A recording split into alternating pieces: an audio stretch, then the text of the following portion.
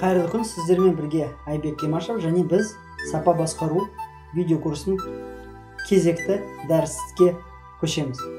Бүгінгі дәрістің тақырыбы сапаны басқару кәсіпорынның бәсекелестіктегі жетістік факторы ретінде. Нарықтық экономика маңызды сипаттамалардың бірі ретінде нарық субъектілері мен объектілер арасындағы бәсекелестікті қамтиды. Бәсекелестік дегеніміз кез келген салада бірдей мақсатқа жетуге мүдделі жеке тұлғалар немесе экономикалық бірліктілер арасындағы бәсекелестік. Бәсекеге қабілеттілік ұғымы бәсекелестікпен тығыз байланысты. Бәсекеге қабілеттілік бәсекелестікті төтеп беру, оған қарсы тұру қабілетті. Бұл жағдайда бәсекеге қабілеттілік ұғымы тауарларға, қызметтерге де, кәсіпорындарға, фирмаларға және басқа ұйымдарға да қолданылады. Өнімнің бәсекеге қабілеттілігі бұл оның салыстырмалы сипаттамасы. Ол осы өнім мен бәсекеге тауарлардың арасындағы айырмашылықты көрсетеді. Біріншіден, сол әлеуметтік қажеттілік сәйкестік дәрежесі. Екіншіден, осы қажеттілікті қанағаттандыру шығындары. Шығындар деп сатып алушының тауарлары сатып алуға байланысты шығындарын және оны тұтыну немесе пайдалану кезінде туындайтын барлық шығындарды қамтитын тұтыну бағасы түсіндіріледі. Өнімнің бәсекеге қабілеттілік көрсеткіштердің үш тобымен сипатталады. Біріншісі пайдалылығы, сапасы, пайдалану әсері және тағы басқалар. Екіншісі тұтынушының қажеттіліктерін осы бұйым арқылы қанағаттандыру кезінде анықтайтын шығындар. Үшіншісі ұсыныстың бәсекеге қабілеттілігі. Өнімнің бәсекеге қабілеттілік параметрлері: нормативтік стандарттарға, техникалық шарттарға, заңнамаға сәйкестігі. Техникалық тауардың қолдану саласын, сенімділігін, ұзақ мерзімдегі қуатын айқындайтын технологиялық қасиеттерін. Экономикалық сатып алушының тауарлар сатып алуға, тұтынуға ұйымдастырушылық, жеңілдіктер жүйесі болып бөлінеді.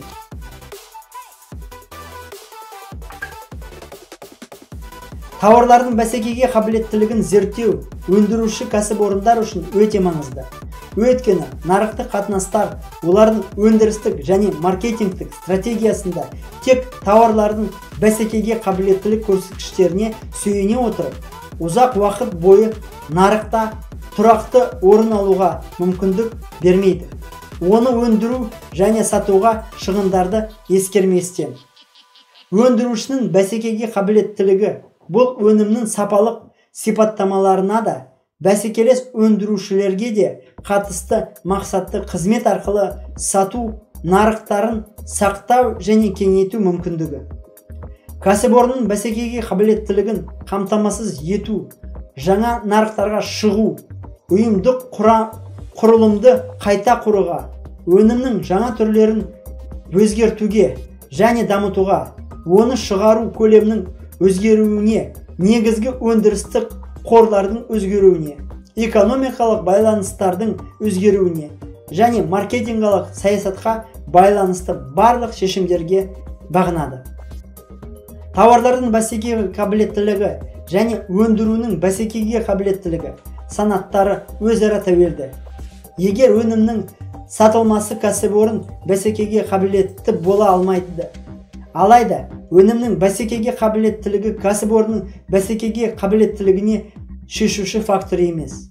Бірқатар жағдайларда тауарлардың бәсекеге қабілеттілігі оны өндіруге және өткізуге жұмсалған шығындарды өтемейтін, демпингтің бағалар бойынша өткізу есебінің қамтамасыз ететін ұзақ уақыт кезінде өндірушінің күйреуіне әкелуі мүмкін.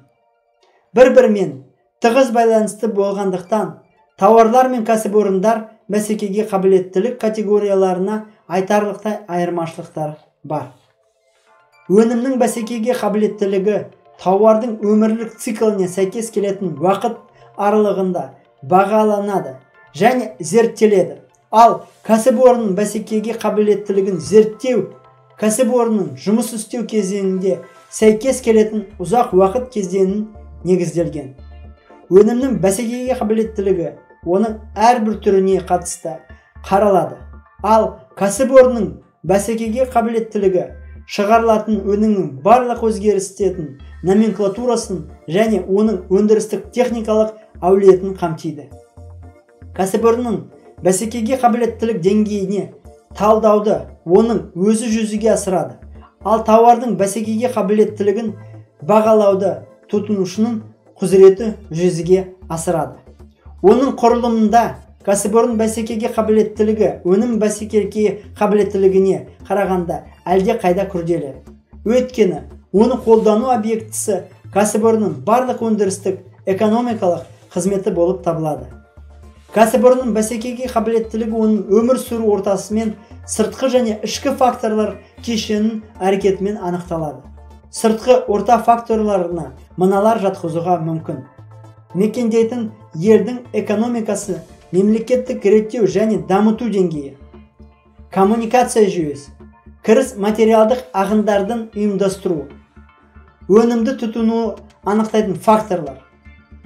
Кәсіпорын ішкі орта факторлар келесі ішкі өндірістің көрсеткіштерде сипаттайды: өндірістің техникалық деңгейі, технологиясы, өндірістік және басқаруды ұйымдастыру, сұранысты қалыптастыру және ынталандыру жүйесі және тағы да басқалары.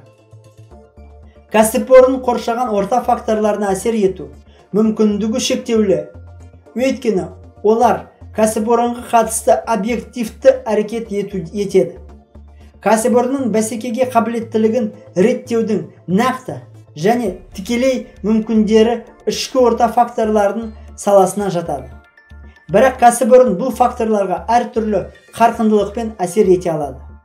Күрделі инвестициялар және ұзақ уақыт өтелу кәсіпорынның техникалық және технологиялық жағдайларына өзгертуді талап етеді. Маңызды инвестициялар ең мобильді және тиімді реттеу, өндірістік және маркетингтік қызметті басқаруды ұйымдастырудың факторлары болып табылады. Және дәл осы салада кәсіпорынның бәсекеге қабілеттілігін арттырудың нақты жолдары бар.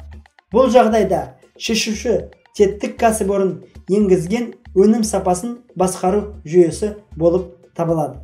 Назарларыңызға рахмет. Сізбен бірге Айбек Имашев.